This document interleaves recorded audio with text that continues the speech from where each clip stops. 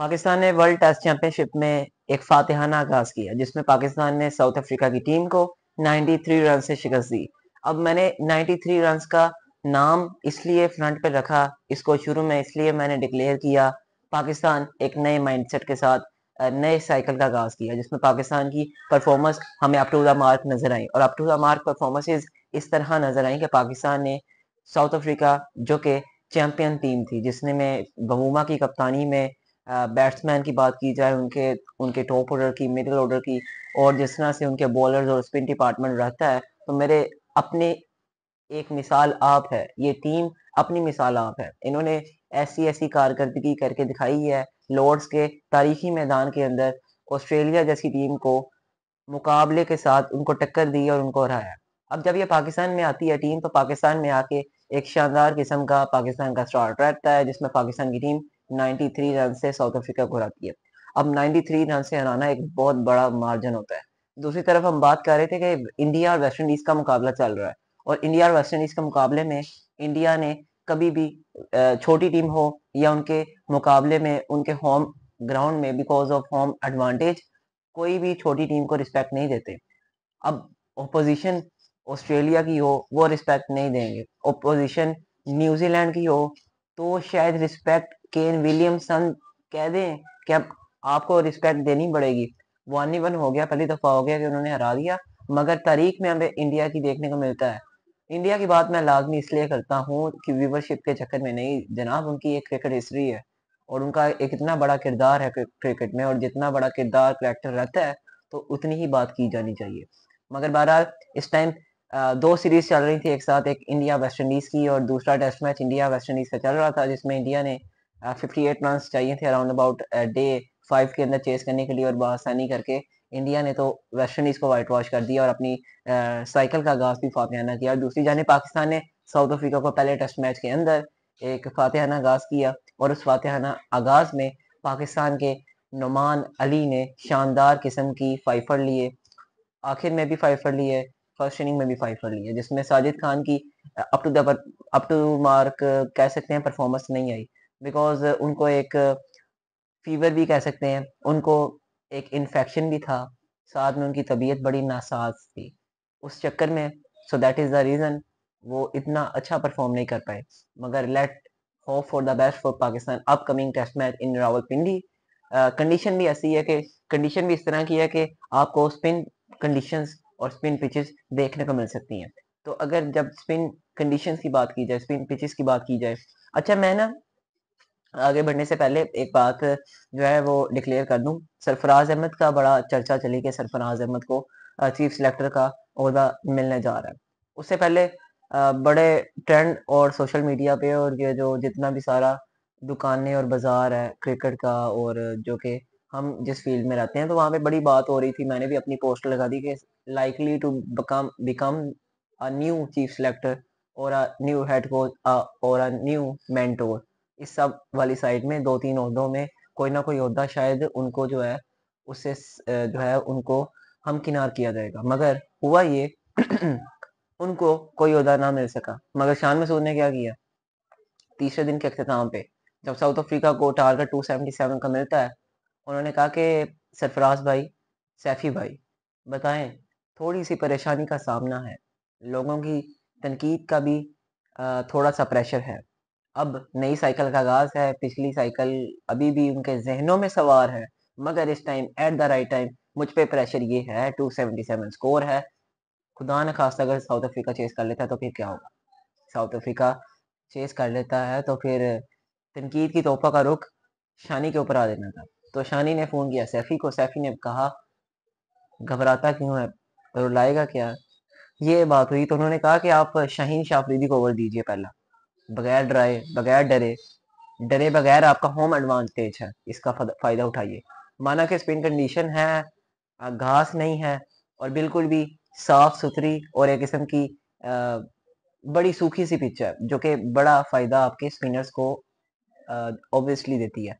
लेकिन आप आगाज नई गेंद का शाहीन से कराई, और उसके बाद चौथे दिन का आगाज हुआ, शाहीन को बॉल थमाई गई और शाहीन ने आपको पहली ओवर में विकेट लेके दी। और वो मैंने देखा सुबह के दिन पाकिस्तान ने 10 बजे फर्स्ट सेशन में आगाज एक बड़ा इम्प्रेसिव किया। पाकिस्तान ने बड़े पॉजिटिव वे में जाके डिसीजंस लिए ऑन द फील्ड, जिस तरह के डिसीजन थे, वेरी वेरी इम्प्रेसिव। उसके बाद पाकिस्तान, अब आते हैं वापस पाकिस्तान के डिसीजंस और पाकिस्तान का कप्तान एक राइट ट्रैक पे है। पाकिस्तान का कप्तान, पाकिस्तान के डिसीजंस और ये सब चीज़ें मिलाकर पाकिस्तान एक राइट ट्रैक पे है, जिसमें पाकिस्तान को एक ये खदशा था कि पाकिस्तान के बड़े प्लेयर यानी कि टॉप ऑफ द लिस्ट में सरफहरिस्त सफ़े अव्वल बाबर आजम रन नहीं कर रहे, लेकिन बाबर आजम अच्छे टच में नज़र आते हैं। एक बड़ी इनिंग्स जो कि उनसे हम चाहते हैं, जो कि उनको करनी चाहिए क्योंकि वो किंग है, तो मगर वो नहीं कर पा रहे, तो उम्मीद है वो आगे कर पाएंगे, मगर उनको करनी चाहिए। लेकिन एक अच्छा टच और एक अच्छी झलक, एक अच्छा ग्लिम उनका हमें देखने को मिला इन 2 इनिंग्स के अंदर, जिसमें वो बड़ी इनिंग्स तो बिल्ड ना कर पाए, मगर उनकी कंट्रीब्यूशन बड़ी अहम थी, तो उन्होंने उसका अपना इस मैच में बड़ा अच्छा किरदार अदा किया। बहरहाल पाकिस्तान में सौ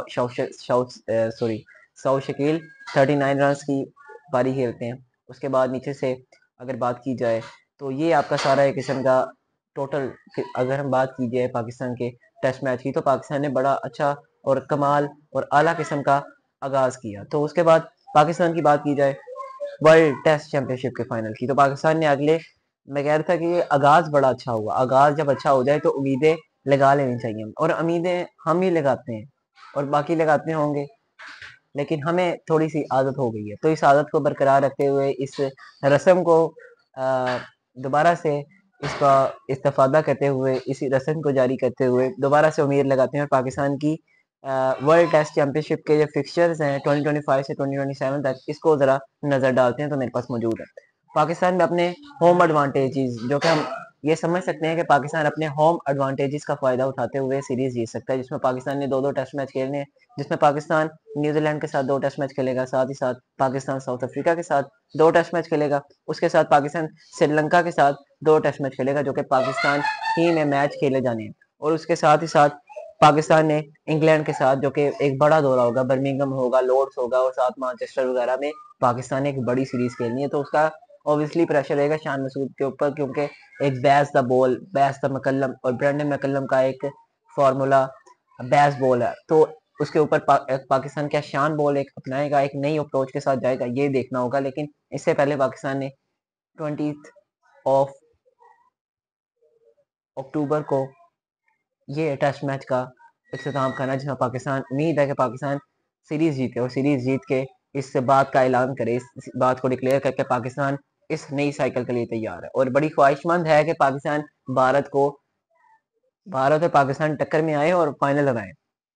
एक चाहत है, एक ख्वाब है, एक जुस्तजू है और एक ख्वाहिश है। तो सबसे पहले अब अवे में पाकिस्तान ने अब जिनके साथ सीरीज खेलनी है उसमें इंग्लैंड, फिर वेस्ट इंडीज। अब वेस्ट इंडीज भी इसी साल जाना है, इंग्लैंड तो आपने अगले साल जाना है 26 में, फिर 27 तक भी आपकी ये श्रीलंका वगैरह की, और जो कि साउथ न्यूजीलैंड वगैरह की सीरीज वो 27 वगैरह में होंगी। और इस साल अगर आपकी बात की जाए मजमूई तौर पे 2 टेस्ट सीरीज शायद वेस्ट इंडीज और बांग्लादेश के साथ खेली जाए। उम्मीद यही है कि पाकिस्तान, शान मसूद का खास तौर पर फोकस इन सीरीज में रहेगा और पाकिस्तान अच्छी कारकर्दगी दिखा सके। बॉलर्स की बात की जाए तो नुमान अली, साजिद खान, अबरार अहमद इस कैंप में मौजूद हैं। मेरे हिसाब से मीर हमजा को भी रखना चाहिए था, वो बड़े मायूस हुए, बड़े डिसअपॉइंट हुए। अभी आपको याद है ना कि मैंने 6 सीरीज पाकिस्तान की टोटल है, जिसमें न्यूजीलैंड, साउथ अफ्रीका और श्रीलंका आपके आप घर में आके खेलेंगे। न्यूजीलैंड, साउथ अफ्रीका और श्रीलंका।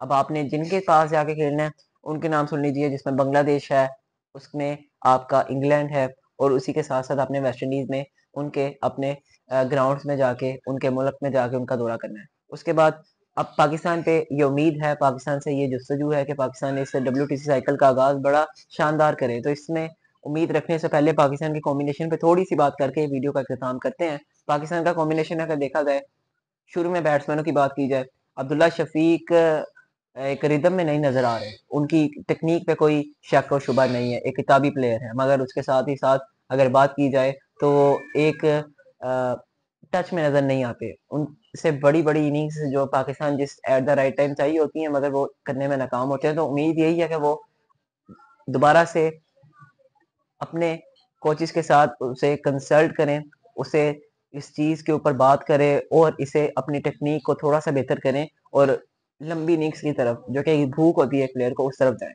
सेकंडली, मामूल हक उसके साथ ही साथ इरशाद मसूद भी हैं। 1 डाउन पे फिर आपके 2 डाउन पे बाबर आजम है, फिर सऊद शकील, फिर रिजवान, फिर सलमान। मेरे हिसाब से तो मिडल ऑर्डर आपका बड़ा बेहतरीन है। उसके बाद फिर नीचे से आते हैं नुमान, फिर साथ में साजिद और फिर अबरार को रखना चाहिए तीसरे टेस्ट मैच में, जहाँ पे आपको कमी महसूस हो रही थी। हसन अली शाहीन को रखा। मेरे हिसाब से आप 3 स्पिनर्स के साथ जाएं साथ में। आप देखें ना सलमान अली आगा कितना आला किस्म का किरदार रहता है उसका टीम में, बैटिंग करके देता है, फिर बॉलिंग करके देता है। साथ ही साथ एक अबरार हो जाएगा तो एक तसल्ली मिल जाएगी। तो ये थी आपके साथ नाजरीन एक छोटी सी। अब आपके पास 2 आपने बाय रिलीज किए, जिसमें आपके पास फैसल अकरम था, आसिफ अफरीदी भी आपके इस स्क्वाड के अंदर मौजूद है, शायद आप उन्हें मौका दे सकते हैं। उसके बाद रोहेल नजीर है। खुदा न खास्ता अगर रिजवान को कुछ ना कुछ होता है, रोहेल नजीर यार आपके बहुत ही एक्सपीरियंस प्लेयर हैं। पाकिस्तान के अंदर तो वसी तजर्बा उनका, जितने मैचेस उन्होंने खेले, और 2021 में, जब 2021 में भी और 2019 में पाकिस्तान ने साउथ अफ्रीका का दौरा किया, बल्कि वर्ल्ड कप था 19 में, क़यादत संभाली। राशिद लतीफ़ बड़ा हाईली रेट करते हैं, उनकी कोचिंग में भी इन्होंने अपनी टेक्निक्स को उभारा है और अपनी टेक्निक्स के ऊपर, अपने स्किल के ऊपर वर्क किया है। तो ये आपके पास एक स्क्वाड में आपको ये चीज़ें देखने को मिलती हैं, आपने इम्प्लीमेंट करना है। अब फैसला आप पे, हेड कोच अजहर महमूद से सवाल पूछे जाएंगे कि आपने इस सिस्टम को, सिस्टम के अंदर प्लेयर्स को किस तरह से लेके आए, प्लेयर्स को डेब्यू किस तरह से कराया। मोहम्मद हुरैरा भी इस स्क्वाड में मौजूद नहीं है, मगर hope for the best for Pakistan team कि अच्छा करे, लेकिन उनको भी वापस आना चाहिए। आमिर जमाल भी एक बड़ी बेहतरीन प्रोडक्ट है, सिडनी वाला ग्लिम्स नजर आता है मुझे। उसके साथ ही साथ फैसल अकरम को भी आपको लाना चाहिए, कासिम अकरम को भी, मुबशिर खान को भी, जो कि मेन एक फॉर्मेट के प्लेयर सॉरी, हसीबुल्ला को भी आपको लाना चाहिए। तो ये आपको एक थोड़ी सी कन्वर्सेशन हो गई, जिसमें आपको एक इस्लाही तनकीद भी आपके ऊपर हो गई, आपको तारीफ भी की, आपको एक नई और दुरुस्त सिमत के ऊपर पाकिस्तान टीम किस तरह आ सकती है उस पर भी बात की। अगर आपको वीडियो अच्छी लगती है, चैनल को सब्सक्राइब कीजिए, बेल आइकन को दबाइए, अपने दोस्तों के साथ वीडियो को लाजमी शेयर कीजिएगा। दीजिए हमें इजाजत, वीडियो को अगला इंतजार कीजिएगा।